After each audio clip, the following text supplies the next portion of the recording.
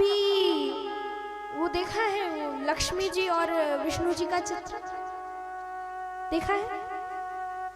नारायण जी और लक्ष्मी जी का चित्र देखा है? कहाँ रहते हैं वो? शेषनाग पे। और विष्णु जी किस स्थिति में रहते हैं? लेटे रहते हैं। और लक्ष्मी जी किस स्थिति में रहती हैं? चरणों के पास। और उनके चंद्र, अब गौर कीजिएगा, कहीं भी देखेंगे तो लक्ष्मी जी का हाथ जो है घुटने से पंजे के बीच में रहेगा। क्यों?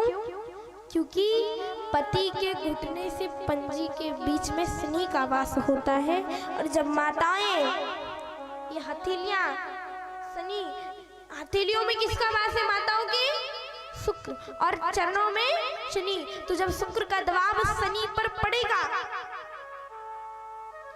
शुक्र का शवाब दबाव शनि पर पड़ेगा, तो लक्ष्मी का योग बनेगा। काय का योग बनेगा? जोर से बोलो जरा, काय का योग बनेगा? लक्ष्मी का योग बनेगा। अब जरा बताओ कि कौन कौन चाहता है कि हमारे घर में लक्ष्मी जी बनी रहे? जरा हाथ उठाओ। सब नहीं चाहते? चाहते हो तो उठाओ हाथ। चाहते हैं? तो अगर आप चाहते हैं कि लक्ष्मी हमेशा बनी रहे ना, तो रोज पति के सोते समय क्या दबाने हैं? क्या दबाने हैं? चरण। रोज चरण दबा के सो। समझ गए?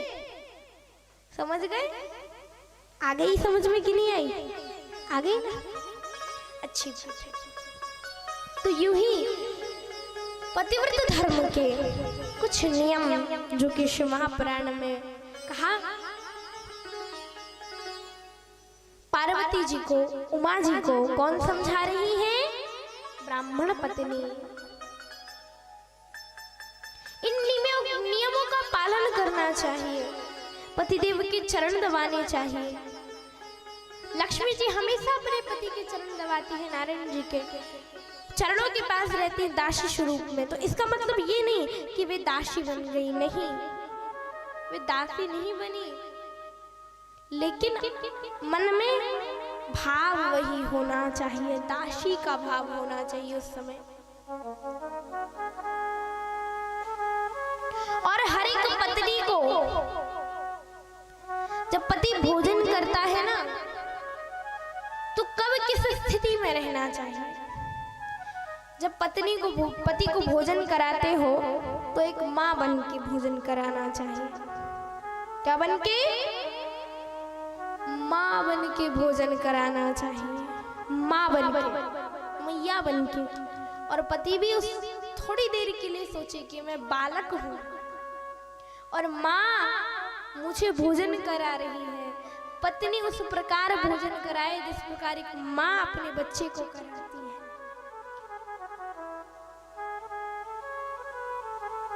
देखो माँ की ममता कैसी होती है।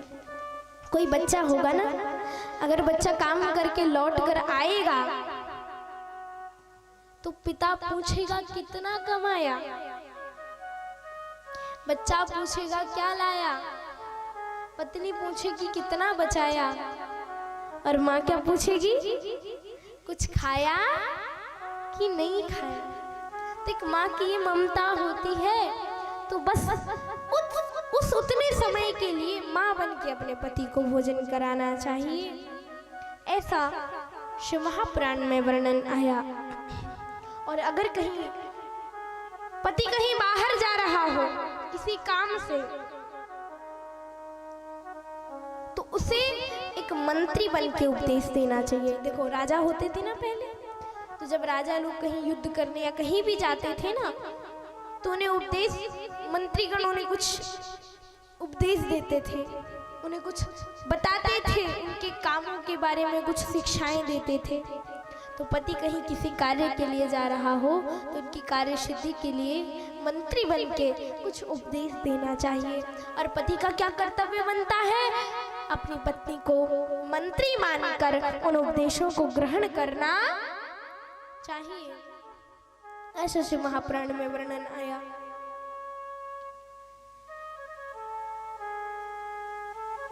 अब अगर पति सोता है तो पति के शयन के समय उनके चरण दबाकर, उस समय अपने आप को दासी मान करके उनके चरण दबाने, उनकी सेवा करनी चाहिए। ऐसा शिव महापुराण में वर्णन आया, जो कि ब्राह्मण पत्नी किसे सिखा रही है, किसे समझा रही है, किसे उपदेश दे रही है? उमा जी को, पार्वती जी को। और सुनो, अब देखो, जब पति अपनी ड्यूटी पे जाता है ना, नौकरी पे जाता है, अब कुछ माताओं का स्वभाव होता है कि पति नौकरी से अगर एक दिन भी लेट आ गया ना तो झगड़ा शुरू। इतने लेट क्यों आए? कहाँ चले गए थे? कहाँ फंस गए थे? उल्टी सीधे, अरे भैया, ना तो तुम पति को पानी की पूछो, ना ये सोचो पति को गर्मी लग रही होगी, ना ही कुछ भोजन की पूछो, सीधे लड़ना शुरू। कहाँ गए थे? इतने लेट कैसे आए? अब पड़ोसियों को भी पता चल जाए कि आज फिर इनकी लड़ाई शुरू। ये कभी रुकते ही नहीं, रोज लड़ाई करते रहते। अब पति बेचारा कुछ बोल ना पाए और पत्नी बातें सुनाए पति को, तो यूं नहीं करना चाहिए।